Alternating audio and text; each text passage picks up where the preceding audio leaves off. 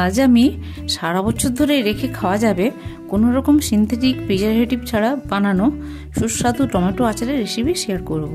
অনুরোধ করব শেষ পর্যন্ত ভিডিওটি দেখুন, তাহলে আপনিও এই সুস্বাদু টেস্টি টমেটো আচার বানিয়ে ফেলতে পারবেন। বাই দ্য ওয়ে, আমি মনীষা, আপনারা দেখছেন মনীষার হেলদি ইউনিক রেসিপি। এই টমেটো আচারের জন্য খুব ভালো কোয়ালিটির শক্ত অথচ লাল 2 কেজি টমেটো নিয়েছি। টমেটো ধুয়ে টমেটোর গা থেকে জল সম্পূর্ণ শুকিয়ে নিয়েছি। এক এক করে এইভাবে সমস্ত টমেটোগুলো কেটে নিচ্ছি। কাটা টমেটোগুলো দুভাগে ভাগ করে নিচ্ছি। প্রতি ভাগে 3 চামচ করে হলুদ ও 2 চামচ করে নুন দিয়ে ভালো করে মাখিয়ে নিচ্ছি। এবার এয়ারটাইট দুটো কাঁচের জারে নুন হলুদ মাখানোর টমেটোগুলো রিপ্লেস করে কৌটোর মুখ খুব ভালো করে এঁটে দিয়েছি। এইভাবে টমেটো ভরা কাঁচের জারগুলো 2 দিন রেখে দিয়েছি।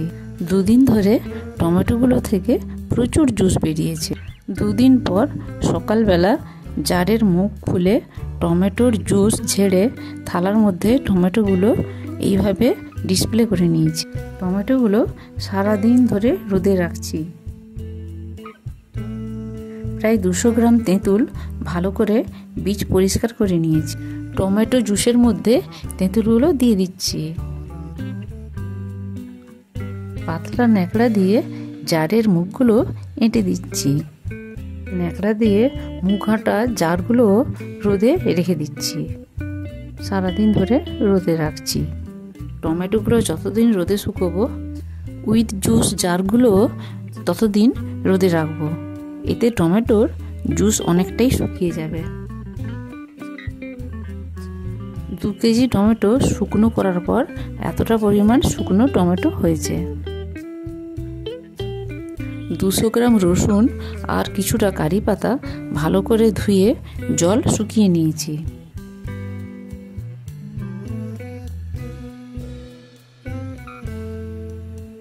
দুশো গ্রাম কাঁচা লঙ্কা, প্রায় 30 গ্রাম মতো গুঁড়ো লঙ্কা ও ফোড়নের জন্য 30 গ্রাম কালো সরিষা নিয়েছি। ফোড়নের জন্য কিছুটা শুকনো লঙ্কা, 100 গ্রাম ছোলার ডাল নিয়েছি আর 60 গ্রাম মতো লাল শুকনো লঙ্কা নিয়েছি। মিক্সিতে লঙ্কার ফ্লেক্স বানিয়ে নেব। আপনারা চাইলে পুরোটাই কেনা গুঁড়ো লঙ্কা দিয়ে ব্যবহার করতে পারেন। লঙ্কা একটু বেশি লাগবে। শুকনো লঙ্কা প্রিজারভেটিভের কাজ করে এবং আচারের টেস্টও খুব ভালো হয়। শুকনো টমেটোগুলো মিক্সিং বলে গুঁড়ো করে নিচ্ছি। টমেটো জুসের মধ্যে তেঁতুল দেয়া ছিল, সেটা গ্রাইন্ড করে নিচ্ছি। শুকনো লঙ্কা রোদে রেখে মুচমুচে করে নিয়েছি, এটা গুঁড়ো করে নিচ্ছি। রসুন ও কাঁচা লঙ্কা গ্রাইন্ড করে নিচ্ছি। 2 কেজি টমেটো আচারের জন্য 1 কেজি সরষের তেল লাগবে। সরিষার তেলের আচারের টেস্ট খুব ভালো হয়, তবে অন্য যে কোনো তেলেও এই আচার হতে পারে। গ্রাইন্ড করা তেঁতুলের মধ্যে টমেটোর গুঁড়ো মিশিয়ে দিচ্ছি। লাল লঙ্কার গুঁড়ো, লঙ্কার ফ্লেক্স মিশিয়ে দিচ্ছি। আরও 2 চামচ করে নুন ও হলুদ অ্যাড করছি। নুন ও হলুদ প্রিজারভেটিভের কাজ করে, তাই বেশি করে লাগছে। লবঙ্গ দারচিনি হামানদিস্তাতে গুঁড়ো করে নিচ্ছি। গুঁড়ো লবঙ্গ দারচিনি মিশিয়ে দিচ্ছি। কাঁচা লঙ্কার পেস্ট, রসুনের পেস্ট ভালো করে মিশিয়ে নিচ্ছি। আচারের মিক্সচার রেডি হয়ে গেছে। এবার গ্যাস মিডিয়াম টু স্লোতে স্টিলের প্যান বসিয়ে তেল গরম করে নিচ্ছি। যে কোনো আচার স্টিলের পাত্রে রান্না করলে ভালো। অন্য যে কোনো মেটালের পাত্র আচারের টকের সাথে রিয়াকশন করে, যা আচারটাকে আনহেলদি করে দেয়।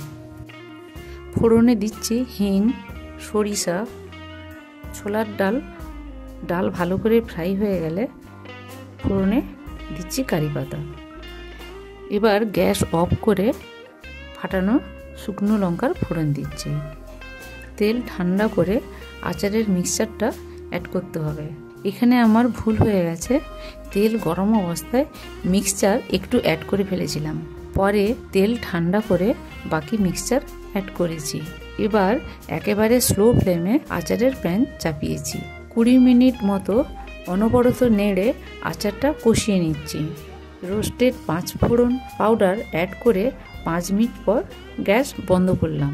আচার সম্পূর্ণ ঠান্ডা হওয়ার পর পরিষ্কার দুটো জার গ্যাসে স্টেরিলাইজ করে আচারটা ভরে নিলাম।